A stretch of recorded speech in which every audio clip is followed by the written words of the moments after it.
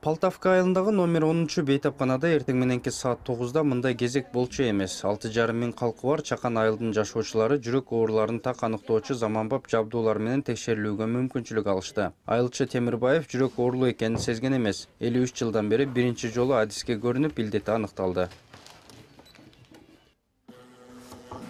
Жүрөк жактан серьезный проблема бар байке. Лечение алыш керек болот обязательно.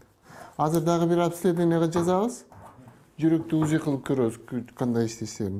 Биринчи жабдуу жүрөктүн согушундагы каталарды, кан басымын аныктайт. Мында аныкталган илдет тастыкталышы үчүн жүрөктүн иштешинин ультра үнүн угуу зарыл. Мындан улам айылчы Темирбаевдин жүрөк органы экинчи жабдуу менен текшерилди.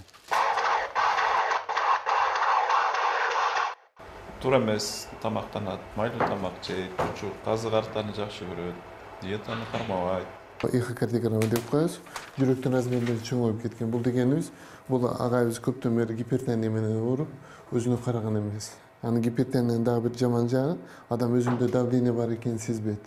Ордоголада текшерилүү үчүн Жайыл районунун жашоочулары бир топ убаракерчилик тартышат. Анткени Борбор шаарга чейин акысы 100 сомдо түзгөн 60 чакырымдык жолго кеткен убакыт 1000 сомдой текшерилүүгө төлөнөт. Жана кезекти күтүү зарыл. Хочу сказать большое спасибо партии «Прогресс». Мен Прогресс партиясына чоң ыраазычылык билдирем. Анткени Бишкекте текшерилүү үчүн абдан эрте туруп жолго чыгыш керек. Анын үстүнө көп каражат төлөп, чоң кезекте турасың. Ал эми бул жерде кыска убакыттын ичинде сапаттуу текшерүүдөн өттүм. Ыраазымын. Внимательно, так вежливо. Жүрөгүңдү сакта программасы Өнүгүү Прогресс партиясынын колдоосунда ишке ашырылып, келечекте улана бермекчи. Бир гана демилгечилерге муктаж болгондор кайрылуулары зарыл.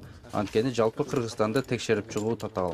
Мүмкүн болушунча, эгерде бизге заявкалар түшүп, суранычтар болгон болсо, биздин медициналык топ барып, карап, текшерип чыкканга мен айтам даяр депчи. 3 адистен турган көчмөн топ 1 жылдан ашык убакыттан бери Ош, Жалал Абад, Нарын, Чүй облустарындагы айылдарды кыдырып келишкен. Алар өзүнчө кичинекейлерди кездешчү жүрөк кемтиги ооруларына көңүл бурушууда. Анткени тубаса илдеттин саны ымыркайлардын арасында көбөйүүдө. Эки врожденный порог, приобретенный порог менен келишти. Жүрөк кан тамыр давление, инфаркт менен, инсульт менен ооруган оорулар аябай көп экен. Тилекке каршы булар кароосуз эч кандай мындай жакшы кеңештерди алган эмес.